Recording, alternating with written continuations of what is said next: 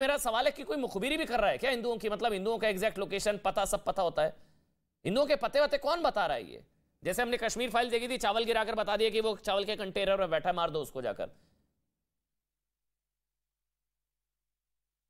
रविंद्र रैना। अमन जी, एक बहुत बड़ी साजिश कश्मीर के अंदर उसको बढ़ाने की एक कोशिश हुई है। अमन जी, बिल्कुल सही कहा आपने। जिस तरीके से मोदी सरकार ने जम्मू कश्मीर के अंदर बड़े पैमाने पर डेवलपमेंट के काम किए, चारों दिशाओं में जम्मू कश्मीर में आज विकास के कार्यों में तेजी आई है। गांव हो, शहर हो, पहाड़ हो, मैदान हो, जम्मू रीजन हो या कश्मीर घाटी हो, हर जगह डेवलपमेंट, करोड़ों अरबों खरबों रुपए के प्रोजेक्ट मोदी साहब ने सैंक्शन किए। और आज कश्मीर के लोग अपने हाथों में तिरंगा झंडा लेकर भारत माता की जय और हिंदुस्तान बोलते हैं। और आतंकवादियों का समर्थन और उनका सपोर्ट बेस खत्म हो गया है। उसके बाद ये बौखलाहट में आए ये आतंकवादी। पिछले महीने मई में पाकिस्तान के इस्लामाबाद के अंदर एक मीटिंग होती है, अच्छा, जिसमें आईएसआई जो पाकिस्तान की खुफिया एजेंसी है, उनके लोग, पाकिस्तान की आर्मी के कमांडर्स, लश्कर तोयबा, जैश ए मोहम्मद और हिजबुल मुजाहिदीन आतंकी संगठनों के सरगना, और उसमें जो जानकारी प्राप्त हो रही है भारतीय खुफिया एजेंसियों को, उसमें तालिबान और अल कायदा के कमांडर्स भी थे। वहां एक साजिश की गई कि ऑपरेशन रेड वेव्स, ऑपरेशन सुर्ख हवा, एक साजिश कश्मीर के अंदर की जाए। ये पता, ये आप लोगों को पता था ये ऑपरेशन रेड वेव मतलब इस तरह का होने, फिर भी हो गया ये।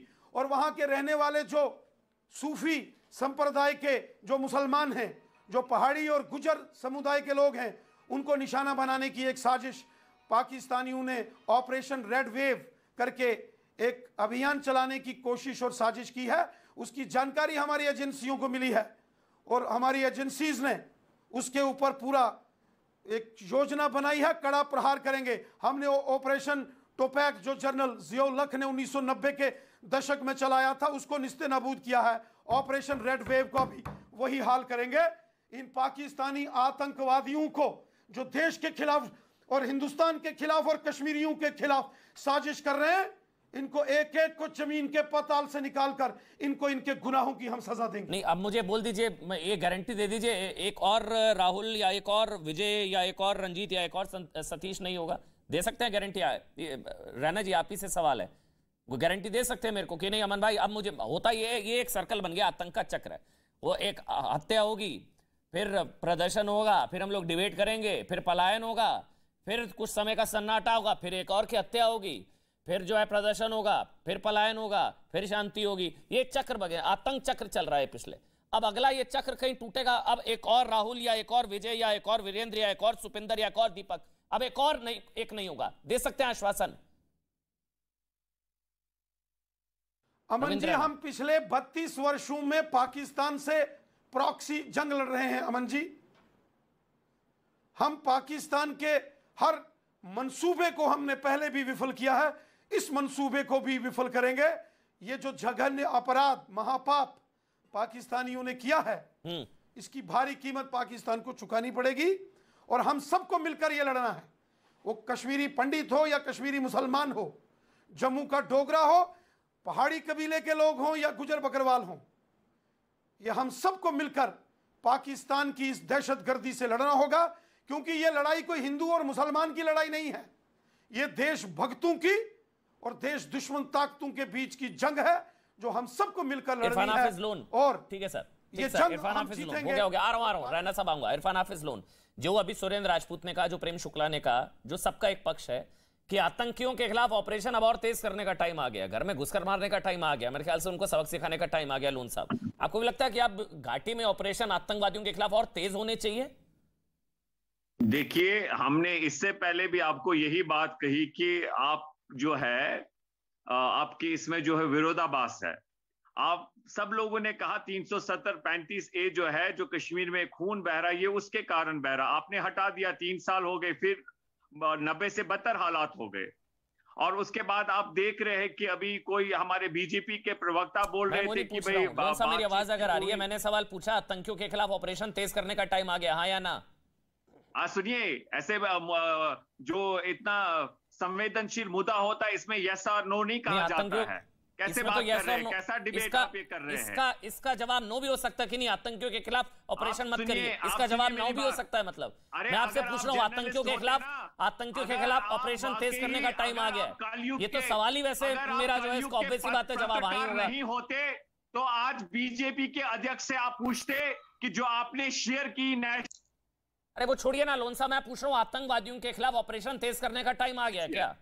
आतंकवादियों को घर में घुसकर और ज्यादा तेजी से मारने का टाइम आ गया है क्या? गृह मंत्रालय या सरकार के पास जानकारी होनी चाहिए थी, वो बीजेपी के अध्यक्ष के पास जानकारी है। आप अगर पत्रकार होते तो आप इनसे ये प्रश्न पूछते। अच्छा, मैं ये आपसे ना पूछूं, आतंकियों के खिलाफ मैं आपसे सवाल ना पूछूं, आपको बुरा लगता है? उनसे पूछते कि आप कह रहे कि भाई ये लोग हुर्रियत से मिले, क्या वाजपेयी जी और अडवाणी जी हुर्रियत? आप किसके साथ है? आतंकियों के साथ है, कश्मीरी पंडितों के साथ है? लोन साहब आप किस तरफ है? लेके नहीं चले गए। आप किस तरफ है लोन साहब, आतंकियों के साथ, कश्मीरी पंडितों के साथ, किस तरफ हैं आप? मैं गांधी जी की विचारधारा के साथ हूं। तो आतंकी गांधी जी की विचारधारा के साथ है क्या? पीडीपी से कहा कि सुपिंदर बहन भी मारी गई जो सिख समुदाय से थे। आप आतंकियों के साथ हैं या कश्मीरी पंडितों के साथ हैं? इसीलिए कोई सड़क पर नहीं उतरता, इसलिए कोई सड़क पर नहीं उतरता, मनी मन मुस्कुराते हैं। भाई भी मारे गए, ये एड्रेस भी यही लोग देते हैं मुझे लग रहा है। कृपा लोन साहब इंसानियत का कत्ल करते हैं, आप इंसानियत के दुश्मन हैं। कौन? आतंकी के नाम पे इसे बांटेंगे, क्या हो गया आपको? क्यों लोगों को बांटते हैं? अरे तो एक होने की मिसाल पेश करिए और बोलिए मैं कश्मीरी पंडितों के साथ हूं और आतंकियों को निपटाने का टाइम आ गया है। बोल दीजिए ना एक बार, आतंकियों से क्या हमदर्दी है भाई आप लोगों को? अपने हर भाई के साथ हूं, हर जो इंसान है उसके साथ हूं, और कोई भी अगर मारा जाता है, हिंदू मुस्लिम कश्मीरी पंडित डोगरा भाई, वो मानवता का कत्ल है। चाहे सेना से कोई निर्दोष शहरी मरे, वो भी कत्ल है। मतलब जो आतंकी मार रहे हैं उनको मारने का और तेजी से मारने का टाइम आ गया। जो भी कोई मरता है वो इंसानियत का कत्ल है। अच्छा, आतंकी भी मरता है तो इंसानियत का कत्ल होता है? मैंने निर्दोष शहरियों की बात की। तो फिर जो आतंकी मार रहे हैं उनको और ज्यादा तेजी से मारने का टाइम आ गया। हम यहाँ पर मर रहे हैं, हम यहाँ पर कौन मार रहा है? अत्याचार कौन मार रहा है? आतंकी मार रहे हैं ना, तो आतंकियों को तो सेना मारेगी ना। और आप इस पे इसे धर्म के साथ जोड़ के, मैंने कब जोड़ा है भाई? मैंने कब जोड़ा? मैंने बोला आतंकियों को बांटना चाहते हैं। लोन साहब आराम से, लोन साहब आराम से, आराम से। लोन साहब मैंने पूछा आपको भी मारा, मुसलमान भाइयों को भी, कश्मीरी मुसलमान जो तिरंगे के साथ है उनको भी मारा जा रहा है, बिल्कुल मारा जा रहा है। कश्मीरी हिंदुओं को भी मारा जा रहा है, पंडितों को मारा जा रहा है, राष्ट्रभक्त मुसलमानों को भी मारा जा रहा है। तो लड़ाई तो कश्मीरियत की है ही नहीं, क्योंकि कश्मीरियों को मार रहे हैं आतंकवादी। ठीक है, हम सब एक हैं, बिल्कुल ठीक। मैंने आपसे पूछा वो आतंकवादी जो आपके कश्मीरी भाइयों को, कश्मीरी मुसलमानों को मार रहे हैं, कश्मीरी हिंदुओं को मार रहे हैं, उन आतंकवादियों को और ज्यादा तेजी से जहन्नुम पहुंचाने का टाइम आ गया है, हां या ना? देखिए नहीं, हाँ या ना? इससे पहले भी कहा, ये हाँ या ना, ये कोई ऑब्जेक्टिव टाइप क्वेश्चन। मतलब आतंकियों के फेवर में कौन हो? फिर आप कहते हैं मैं पंडितों के साथ हूं। हम अहिंसा पे विश्वास रखते हैं। अच्छा, अहिंसा, हम गांधी जी की विचारधारा पे विश्वास रखते हैं। क्या हाँ या ना? सरकार से क्यों नहीं पूछते आप विफल हो गए? क्यों नहीं इनकी आलोचना करते हैं? अच्छा, इसलिए आप लोग सड़कों पर नहीं उतरते हैं हिंदुओं के मारे जाने पर? उनकी नीतियों के कारण यहाँ पर लोग मर रहे हैं। अच्छा, आतंकियों को नहीं पूछेंगे? जो बंदूक उठाएगा जहन्नुम जाएगा। आतंकी कार्रवाई, इससे क्या होगा? मैं आपसे पूछ रहा हूं, विजय कुमार के हत्यारों को जहन्नुम पहुंचाना चाहिए, हाँ या ना? सब हथियारों को जिनकी कल जो फेक एनकाउंटर में निर्दोष शहरी फोर्सेस की ओर से मारा गया, हाई कोर्ट ने कहा उसकी लाश को स्टूडियो में बैठे हैं, ये कवर फायर, आतंकियों को कवर फायर दिया जा रहा है। इस बीच एक बड़ी खबर, एक बड़ी खबर आ रही है,